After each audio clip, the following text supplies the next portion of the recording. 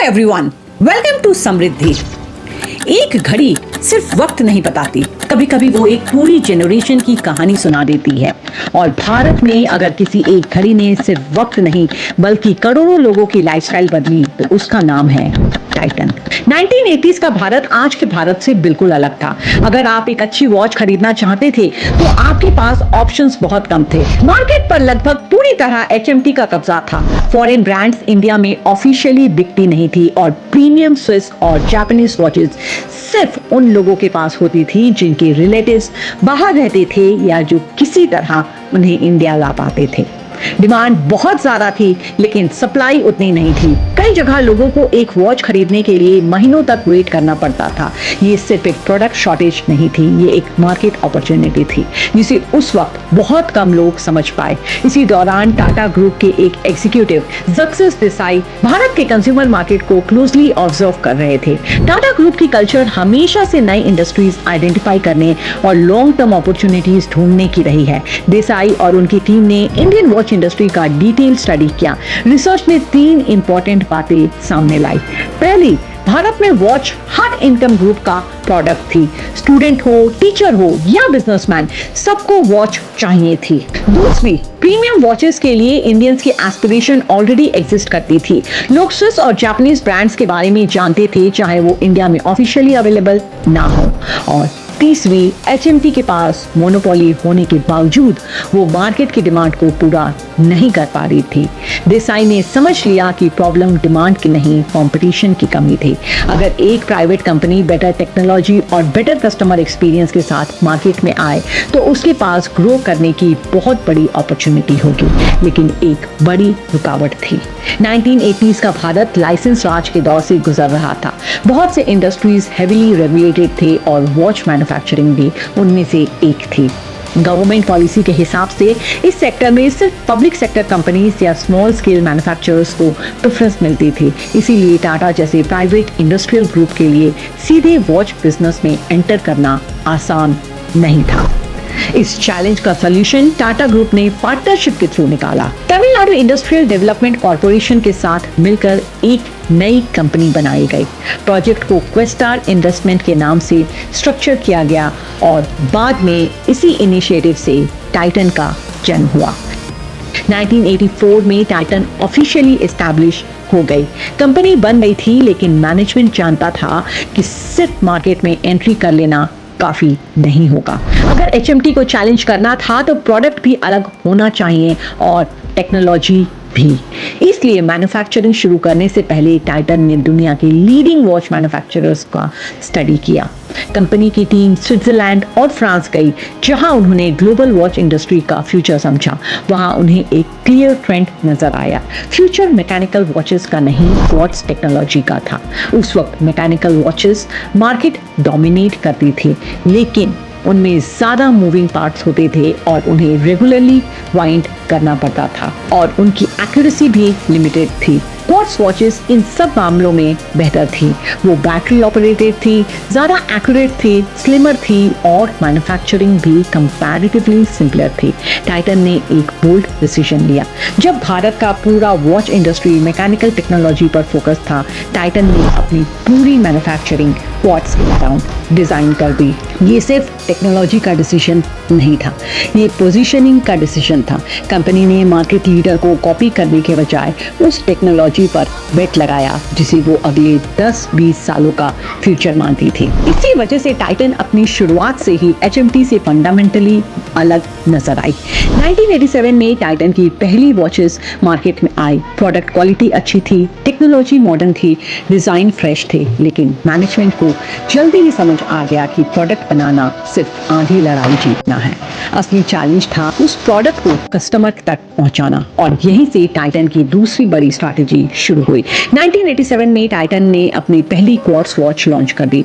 Product modern था, design attractive था और टेक्नोलॉजी HMT से काफी आगे थी। लेकिन मैनेजमेंट जानता था कि सिर्फ अच्छा प्रोडक्ट बना लेना सक्सेस की गारंटी नहीं होती। असली चैलेंज था मार्केट तक पहुंचना। उस वक्त इंडिया का रिटेल इकोसिस्टम डिस्ट्रीब्यूटर्स के कंट्रोल में था। प्रॉब्लम ये थी कि इनमें से ज़्यादातर डिस्ट्रीब्यूटर्स सालों से एचएमटी के साथ काम कर रहे थे। एक नए प्राइवेट ब्रांड पर भरोसा करने के लिए वो तैयार नहीं थे। अगर टाइटन भी वही ट्रेडिशनल डिस्ट्रीब्यूशन मॉडल फॉलो करता तो उसके प्रोडक्ट्स को मार्केट में जगह बनाना बहुत मुश्किल हो जाता। इसीलिए कंपनी ने एक अलग स्ट्रैटेजी अपनाई।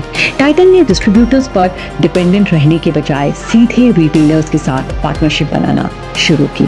देश भर के रेप्यूटेड बिजनेसमैन को डीलरशिप दी गई और उन्हें सिर्फ प्रोडक्ट बेचने की परमिशन नहीं दी गई, बल्कि उन्हें प्रोफेशनली ट्रेन भी किया गया। ये ट्रेनिंग उस दौर के हिसाब से काफ़ी एडवांस थी। रिटेलर्स को सिर्फ वॉचेस के फीचर्स या प्राइसेस नहीं सिखाए जाते थे, उन्हें कस्टमर बिहेवियर, लोकल डिमांड और प्रीमियम रिटेलिंग की अंडरस्टैंडिंग भी दी जाती थी। इस अप्रोच ने टाइटन को दो फायदे दिए। कंपनी को अपनी रिटेल नेटवर्क पर ज़्यादा कंट्रोल मिला और रिटेलर्स को इंडस्ट्री के मुकाबले बेहतर मार्जिन्स मिले। धीरे धीरे टाइटन का शोरूम नेटवर्क तेज़ी से एक्सपैंड होने लगा। ट्रेनिंग का एक और इंटरेस्टिंग एस्पेक्ट था। टाइटन अपने सेल्स स्टाफ को सिर्फ दूसरी वॉच कंपनीज का एनालिसिस करने के लिए नहीं कहता था। कंपनी चाहती थी कि उन्हें jewellery stores, premium clothing stores और गिफ्टिंग प्रोडक्ट्स के बारे में भी नॉलेज हो। इसके पीछे एक सिंपल बिजनेस इंसाइट थी। मैनेजमेंट ने ऑब्जर्व किया था कि वॉच सिर्फ टाइम देखने का इंस्ट्रूमेंट नहीं, बल्कि गिफ्टिंग कैटेगरी का भी एक इम्पोर्टेंट प्रोडक्ट है। वेडिंग्स, एनिवर्सरीज, प्रमोशंस और ग्रेजुएशन जैसे ओकेजन पर लोग ज्वेलरी, प्रीमियम क्लोथिंग और वॉचेस में से कोई एक गिफ्ट चूज करते हैं। इसलिए टाइटन का कंपटीशन सिर्फ एचएमटी नहीं था, उसका कंपटीशन पूरा प्रीमियम गिफ्टिंग मार्केट था। ये कंज्यूमर इंसाइट बाद में टाइटन की ब्रांडिंग और प्रोडक्ट पोजीशनिंग की फाउंडेशन बनी। डिस्ट्रीब्यूशन के बाद कंपनी ने कस्टमर एक्सपीरियंस पर फोकस किया। 1980s के इंडिया में आफ्टर सेल सर्विस को ज़्यादा इंपॉर्टेंस नहीं दी जाती थी, लेकिन टाइटन मैनेजमेंट मानता था कि अगर कस्टमर सर्विस वीक होगी तो प्रीमियम ब्रांड बनाना मुश्किल होगा। इसलिए कंपनी ने सर्विस सेंटर्स को भी ब्रांड एक्सपीरियंस का हिस्सा बनाया। कस्टमर्स को waiting areas, organised repair process और प्रोफेशनल सर्विस दी गई। कंपनी का ऑब्जेक्टिव सिंपल था, एक बार कस्टमर टाइटन खरीदे तो फ्यूचर में भी उसी ब्रांड पर भरोसा करे। ये डिसीजन शॉर्ट टर्म में एक्सपेंसिव था, लेकिन लॉन्ग टर्म में इसी वजह से टाइटन एक ट्रस्टेड ब्रांड बन सका। मार्केटिंग में भी टाइटन ने कन्वेंशनल अप्रोच का फॉलो नहीं किया। उस वक्त एडवर्टीजमेंट्स में सेलिब्रिटीज या फैशन मॉडल्स का इस्तेमाल आम बात थी। टाइटन ने इस ट्रेंड से अलग स्ट्रैटेजी चुनी। न्यूज़पेपर एडवर्टीजमेंट्स में कंपनी सिर्फ वॉच का डिजाइन, ब्रांड नेम और प्राइस दिखाती थी। फोकस सेलिब्रिटी पर नहीं, प्रोडक्ट पर था। इस अप्रोच का अनएक्सपेक्टेड इम्पैक्ट हुआ। कस्टमर्स न्यूज़पेपर्स की कटिंग लेकर शोरूम्स में आते थे और वही स्पेसिफिक मॉडल मांगते थे जो उन्होंने एडवर्टीजमेंट में देखा होता था।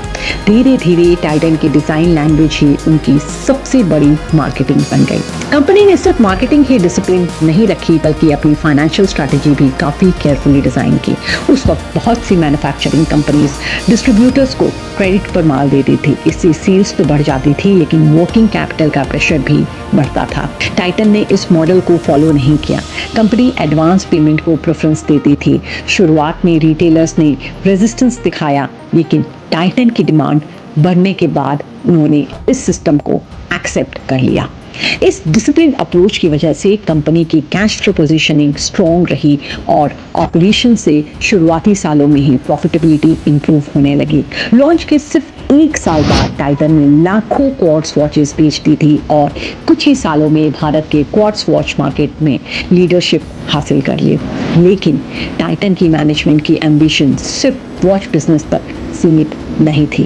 कंपनी ने देखा कि एक बार कस्टमर्स किसी ब्रांड पर ट्रस्ट करने लगते हैं तो वही ट्रस्ट नए प्रोडक्ट कैटेगरीज में भी ट्रांसफर किया जा सकता है। इसी स्ट्रैटेजी के तहत टाइटन ने धीरे धीरे अपना पोर्टफोलियो एक्सपैंड करना शुरू किया। सोनाटा को वैल्यू सेगमेंट के लिए लॉन्च किया गया। फास्ट ट्रैक को यंग कस्टमर्स के लिए पोजीशन किया गया। टाइटन आई प्लस के थ्रू आई वियर कैटेगरी में एंट्री की गई और फिर आया तनिष्क। ज्वेलरी बिजनेस कंप्लीटली अलग इंडस्ट्री थी, लेकिन टाइटन ने वहाँ भी वही प्रिंसिपल्स अप्लाई किए, क्वालिटी, ट्रांसपेरेंसी और ऑर्गेनाइज्ड रिटेल एक्सपीरियंस। आज तनिष्क भारत के सबसे ट्रस्टेड ज्वेलरी ब्रांड्स में से एक माना जाता है और उस ट्रस्ट की फाउंडेशन टाइटन वॉच बिजनेस ने ही बनाई थी। अगर टाइटन की पूरी जर्नी को देखा जाए तो इस सक्सेस के पीछे कोई एक मैजिक फॉर्मूला नहीं था। सबसे पहले कंपनी ने मार्केट में एक जेन्युइन गैप आइडेंटिफाई किया, उसके बाद उसने फ्यूचर टेक्नोलॉजी पर बेट लगाया, फिर डिस्ट्रीब्यूशन मॉडल को रीडिज़ाइन किया, कस्टमर सर्विस को कॉम्पिटिटिव एडवांटेज बनाया, फाइनेंशियल डिसिप्लिन मेंटेन रखा और सबसे इम्पॉर्टेंट एक स्ट्रॉन्ग ब्रांड आइडेंटिटी क्रिएट की। यही कॉम्बिनेशन टाइटन को HMT से अलग बनाता था। इसी फाउंडेशन पर बाद में तनिष्क, फास्ट ट्रैक, सोनाटा और टाइटन i+ जैसे सक्सेसफुल ब्रांड्स खड़े हुए और इसी वजह से टाइटन की कहानी सिर्फ एक वॉच कंपनी की सक्सेस स्टोरी नहीं, बल्कि इंडियन कंज्यूमर ब्रांडिंग के एवोल्यूशन की भी कहानी है।